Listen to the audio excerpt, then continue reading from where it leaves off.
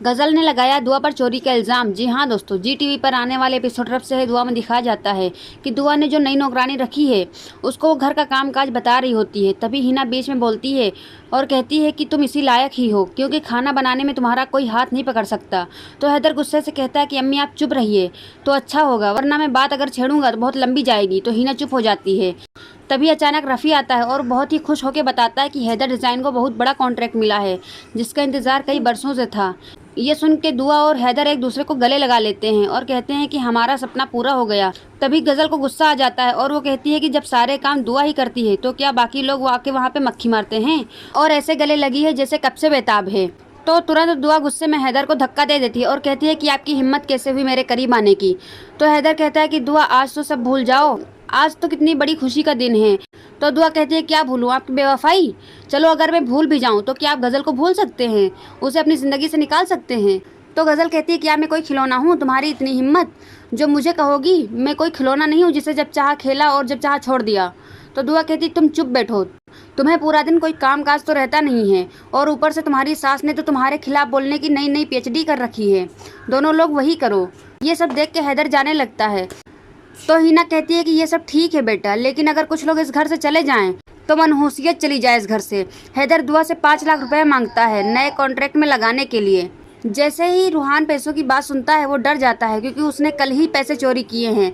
तो गजल सोचती है अब आएगा मज़ा। दुआ जैसे ही कमरे में जाती है वो तुरंत वापस आ जाती है और बताती है हैदर से कि आपने जो मुझे पैसे दिए थे संभाल के रखने के लिए वो चोरी हो गए हैं। हैदर ये सुन के शौक हो जाता है पर कुछ भी नहीं बोलता है दुआ को। लेकिन जो गजल है वो कहती है पैसे चोरी मतलब इस घर में कोई चोर है। और वो कहती तिजोरी की चाबी कहाँ है, आवाज़ क्यों नहीं आई। तो दुआ कहती तिजोरी की चाबी तो मेरे पास है। तो गजल कहती इसका मतलब तुम ही ने चोरी की है। तो हाफिज गुस्से से कहता है तुम्हारी हिम्मत कैसे हुई मेरी बाजी पे चोरी का इल्ज़ाम लगाने की, अपनी जुबान पर लगाम दो। तो हिना कहती है कि तुम होते कौन मेरे घर के मामलों में दखल देने वाले, खबरदार जो मेरी बहू से इस लहजे में बात की। गजल दुआ के सामने आके कहती है हैदर ने तुम पे इतना भरोसा किया और तुमने अपने घर में चोरी कर ली, मतलब कि तुम दोनों भाई बहन थोड़ा थोड़ा करके इस घर से पैसे लेके जाते हो। तो हैदर बीच में आता है और कहता है खबरदार जो दुआ को एक लफ्ज़ भी कहा तो। दुआ मेरा गुरूर है, इससे आगे कुछ भी बोली तुम तो मेरा वो रूप देखोगी जो इससे पहले आज तक तुमने कभी नहीं देखा होगा।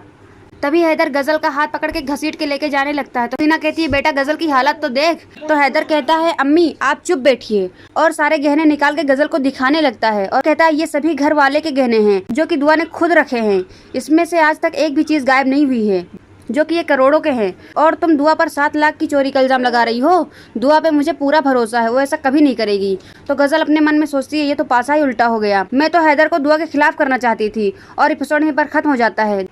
दोस्तों क्या दुआ अपने आप को बेगुनाह साबित कर पाएगी? अपनी राय कमेंट बॉक्स में जरूर बताएं। वीडियो पसंद आई हो तो लाइक शेयर करें और चैनल पर नहीं तो सब्सक्राइब करके बेल आइकन को प्रेस कर दें। मिलते हैं अगले एपिसोड में।